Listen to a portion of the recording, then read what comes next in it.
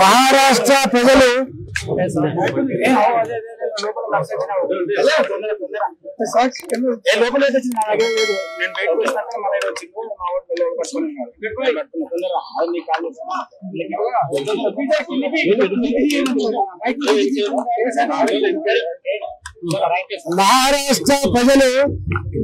Congress party మోసపు వాగ్దానాలని, Congress party దుర్మార్గాలను తిప్పికొట్టి Maharashtra గొప్పగా అభివృద్ధి చెందాలంటే, సురక్షితంగా సుభిక్షంగా ఉండాలంటే భారతీయ జనతా పార్టీ నాయకత్వంలోనే సాధ్యమని చెప్పి భావించి, మాట ఇస్తే కట్టుబడే పార్టీ అని, అమలు చేసే పార్టీ అని చెప్పి భావించి గొప్ప మెజార్టీతో గెలిపించిన మహారాష్ట్ర ప్రజానికానికి తెలంగాణ, పక్కకే ఉన్న తెలంగాణ వాళ్ళకు అభినందన తెలియజేస్తా ఉంది. హిమాచల్ ప్రదేశ్ లో హామీలు ఇచ్చి చివరికి జీతాలు కూడా ఇవ్వలేని పరిస్థితుల్లో రాష్ట్రం అంతా కూడా దివాళా తీయించి, గొప్పగా ఎదుగుతున్న కర్ణాటక రాష్ట్రంలో అనేక రకాల అలవికాని హామీలు ఇచ్చి మోసం చేసి ఇవాళ చివరికి కర్ణాటకను కూడా భ్రష్టు పట్టించి బుచ్చమెత్తుకునే స్థాయికి తెచ్చి, ఇవాళ తెలంగాణ రాష్ట్రంలో 400 పైసలకు పనులు చేస్తా అని చెప్పి 6 గ్యారంటీల పేట, 66 హామీల పేట ఇవాళ 1-2 అమలు చేసి, కేవలం బస్సులలో ఉచిత ప్రయాణం మాత్రమే అమలు చేసి దేశమంతా కూడా హామీలు అమలు చేసే పార్టీ అని చెప్పి 100 కోట్ల రూపాయలతో పేపర్లలో యాడ్స్ ఇచ్చి వంచే ప్రయత్నం చేసిండు. స్వయంగా రేవంత్ రెడ్డి కాంగ్రెస్ పార్టీ నాయకులు తెలుగు మాట్లాడే ప్రజల దగ్గరికి పోయి ప్రచారం చేసిండు, కన్నడ మాట్లాడే దగ్గరికి పోయి కర్ణాటక నాయకులు ప్రచారం చేసిండు. కానీ కన్నడ ప్రజలు కానీ, తెలంగాణ ప్రజలు కానీ, మరాఠా ప్రజలు కానీ కాంగ్రెస్ పార్టీ మోసం చేస్తుంది, కాంగ్రెస్ పార్టీ మరో వంచనకు గురి చేసే ప్రమాదం ఉంది, ఎట్టి పరిస్థితుల్లో ఓటు వేయొద్దని చెప్పి ఇవాళ అక్కడి ప్రజానికం అంతా కూడా తెలంగాణలో, కర్ణాటకలో, హిమాచల్ ప్రదేశ్ లో మోసగించింది చాలు, ఇక మీ మోసం చెల్లదని చెప్పి మహారాష్ట్ర ప్రజానికం అంతా కూడా తన చైతన్యాన్ని, లౌక్యాన్ని చాటించి గొప్ప మెజారిటీతో గెలిపించింది. ఇప్పటికైనా కాంగ్రెస్ పార్టీ బుద్ధి తెచ్చుకోవాల్సింది ఎక్కడంటే, ఇవాళ సమాజాన్ని చీల్చి దేశాన్ని అస్థిరపరిచేటువంటి నీ పదవి కోసం, నీ అవసరాల కోసం ఎన్ని అడుగులను దొక్కేటువంటి పద్ధతి మానుకోవాలని, ఇప్పటికైనా భూమి మీదకి వచ్చి నిజమేందో అబద్ధమేందో చెప్పుకునే ప్రయత్నం చేయి, ఇవాళ పనిచేసే ప్రయత్నం చేయి, ఇవాళ హామీలు అమలు చేసి ప్రజల ప్రేమను పొందు తప్ప మోసంతో, దగాతో ఎక్కువ రోజులు నడపలేమని చెప్పి గుణపాఠం తీసుకోమని చెప్పి కాంగ్రెస్ పార్టీ హెచ్చరిస్తా ఉన్నాం. రాబోయే కాలంలో తప్పకుండా ఈ దేశంలో సురక్షితంగా, సుభిక్షంగా, ప్రశాంతంగా ప్రపంచ చిత్రపటం మీద గొప్పగా ఎదిగే దేశంగా నిలవాలంటే భారతీయ జనతా పార్టీ మాత్రమే సాధ్యమని చెప్పి ఈ సందర్భంగా తెలియజేస్తాం. విరుద్ధంగా కాంగ్రెస్ పార్టీతో ఓటు బ్యాంక్ రాజకీయాలు పాల్పడేటువంటి వ్యక్తులతో, శక్తులతో కలిసినందుకు మహారాష్ట్ర ప్రజలు, ముఖ్యంగా బాలాసాహెబ్ ఠాక్రే, శివసేన అధినేత బాలాసాహెబ్ ఠాక్రే పట్ల విశ్వాసం ఉండేటువంటి ఓటర్లందరూ కూడా మూకుమ్మడిగా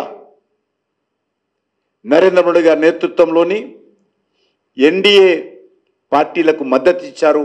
ఇది చాలా మార్పు, స్పష్టమైనటువంటి మార్పు మహారాష్ట్రలో కనిపించింది. బాలాసాహెబ్ ఠాక్రే కొడుకైనటువంటి ఉద్ధవ్ ఠాక్రే, మానవుడైనటువంటి ఆదిత్య ఠాక్రే, వీళ్ళ మాటలను లెక్క చేయకుండా ప్రజలు బాలాసాహెబ్ ఠాక్రే మీద ఉన్నటువంటి అభిమానంతో, ఆయన ఆలోచన విధానంతో, ఆయన స్ఫూర్తితో కొడుకును కూడా లెక్క చేయకుండా శివసేనకు, వాళ్ళతో కలిసినటువంటి పార్టీలకు సరిగ్గా బుద్ధి చెప్పడం జరిగింది. ఈరోజు ఆ వచ్చిన కొన్ని సీట్లు, ఉద్ధవ్ ఠాక్రేకి వచ్చినటువంటి కొన్ని సీట్లు కూడా శివసేన ఓట్లు కాదది, శివసేన వ్యతిరేక ఓట్లతో ఆ సీట్లు వచ్చాయి. కూడా నిజమైనటువంటి శివసేన టోటల్గా నరేంద్ర మోడీ గారి నేతృత్వంలో ఇండియా పక్కన చేరింది. ప్రజలు చాలా చైతన్యవంతులైన విషయం మరొకసారి మహారాష్ట్ర ఎన్నికల్లో స్పష్టమైంది. శివసేన పెట్టింది ఎందుకు,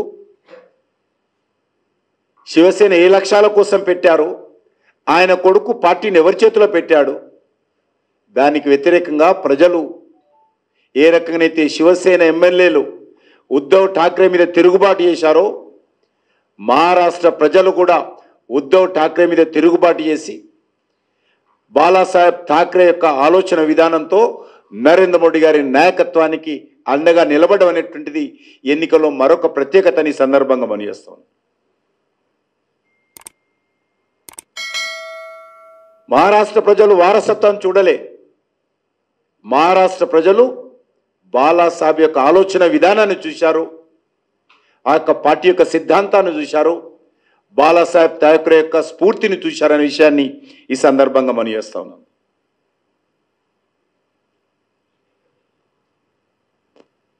మహారాష్ట్ర ఎన్నికల్లో రాజకీయ అవకాశవాదం, అహంకారంతో మునిగిపోయేటువంటి నావనెక్కినటువంటి కాంగ్రెస్ పార్టీ కానీ, ఉద్ధవ్ ఠాక్రేని కానీ రాజకీయ కురువృద్ధుడుగా నా కనుసైగల్లో మహారాష్ట్ర నడుస్తుందని, నా కనుసైగల్లో మరాఠవాడ ఉంటుందని ప్రగల్భాలు పలిపెట్టేటువంటి శరద్ పవార్ గారి పట్ల కూడా ప్రజలు ఏ రకంగా తీర్పునిచ్చారో మనము అర్థం చేసుకోవచ్చు.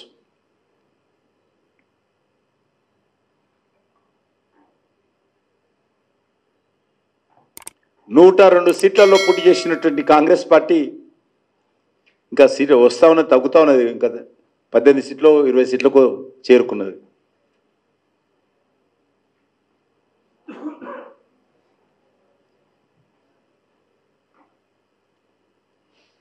ఈరోజు మనం చూస్తా ఉన్నాం, దేశంలో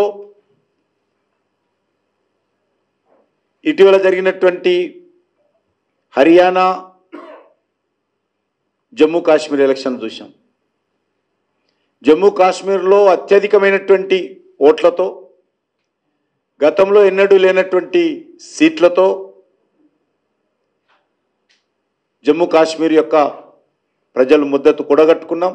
6 గ్యారెంటీలు అని చెప్పి తెలంగాణలో మేము అమలు చేస్తామంటే ప్రజలు ఇక్కడ ఏ విధంగా ధోకా చేసింది కాంగ్రెస్ పార్టీ, ఏ విధంగా నమ్మక ద్రోహం చేసింది 3 రాష్ట్రాల్లో, ఏ విధంగా ప్రజలను వంచింది, ఎన్నికల ముందు హామీలు ఇచ్చే విధంగా మోసం చేసింది, తిరిగి మహారాష్ట్రలో ఏ విధంగా తప్పుడు ప్రచారం చేస్తుందో ప్రజలు విశ్వసించరు, ఆ నమ్మిరు, వాళ్ళు అన్ని వాస్తవ విషయాలు గ్రహించారు. కాబట్టి ఇప్పుడు కాంగ్రెస్ పార్టీ ఓటమికి కారణం తెలంగాణలో కాంగ్రెస్ ప్రభుత్వం, కర్ణాటకలో కాంగ్రెస్ ప్రభుత్వం, హిమాచల్లో కాంగ్రెస్ ప్రభుత్వం యొక్క వైఫల్యాలు, ఇచ్చిన హామీలు నెరవేర్చకుండా ఉల్టా తప్పుడు ప్రచారం చేయడం వల్లనే ఇలా మహారాష్ట్రలో కాంగ్రెస్ కూటమి ఓటమి చెందింది.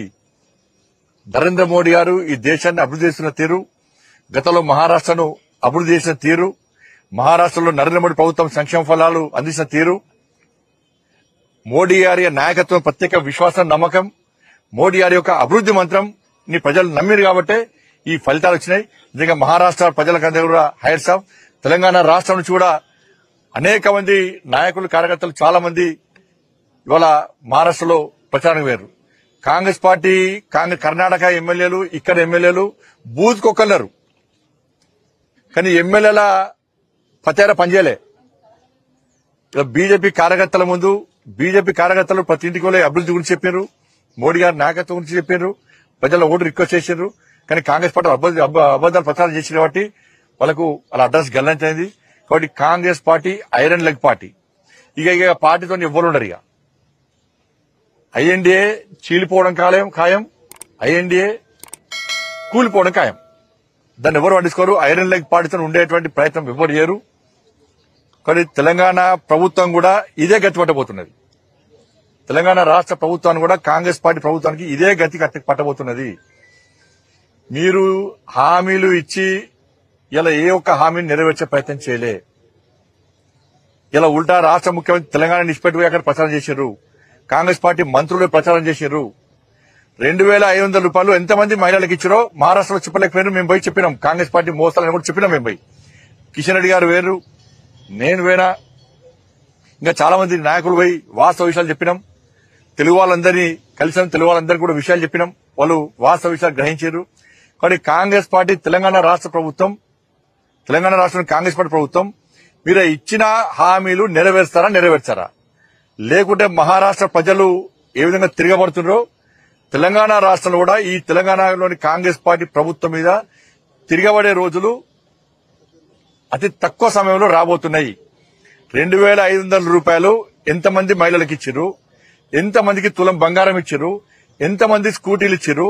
వ్యవసాయ శాఖ మంత్రి చెప్పినట్లుగా ఇంకా 22 లక్షల మందికి ఎప్పుడు రుణమాఫీ చేస్తారు? రైతు భరోసా ఎప్పుడు ఇస్తారు? రైతు కూలీలకు 12,000 రూపాయలు ఎప్పుడు ఇస్తారు? 500 రూపాయల బోనస్ ఇంకా ఎప్పుడు అకౌంట్లు వేస్తారు? కొనుగోలు విషయంలో రైతులను వంచినందుకు క్షమాపణలు ఎప్పుడు చెప్తారు? 2 లక్షల ఉద్యోగాలను వెంటనే భర్తీ చేస్తున్నారు, ఎప్పుడు భర్తీ చేస్తారు? ఇచ్చింది 30,000 ఉద్యోగాల నోటిఫికేషన్ అయితే 50,000 ఉద్యోగాలు ఇస్తామని చెప్తున్నారు. మహారాష్ట్రలో చెప్పారు. ఇక్కడ తెలంగాణ పైసలు మొత్తం తీసుకుపోయి మహారాష్ట్రలో యాడ్స్ ఇచ్చారు. తెలంగాణ రాష్ట్ర ముఖ్యమంత్రి తెలంగాణ పైసలు ఇక్కడ హామీలు నెరవేర్చడానికి పైసలు లేవంటారు, బోనస్ చేయడానికి పైసలు లేవంటారు, ఉద్యోగాలకు పైసలు లేవంటారు, నష్టమైన రైతులకు చేయడానికి పైసలు లేవంటారు, 2,500 మహిళలకు చేయడానికి పైసలు లేవంటారు, 4,000 రూపాయలు ఆసరా పెన్షన్ చేయడానికి పైసలు లేవంటారు, ఉద్యోగస్తులు 5 డిఎల్ చేయడానికి పెన్షన్ పైసలు లేవంటారు. కానీ ఇక్కడ కోట్ల రూపాయలు తీసుకుపోయి మహారాష్ట్రలో యాడ్ ఇచ్చారు. అన్ని అబద్దాలు యాడ్స్ ఇచ్చారు. ఏమైనా యాడ్స్ ఇవ్వాలా? ఏం పనిచేసిన యాడ్స్? అన్ని తప్పుడు ప్రచారాలే. కాబట్టి ఈ గ్యారెంటీలను ఇచ్చిన 6 గ్యారెంటీలను అమలు చేస్తారా, చేయరా?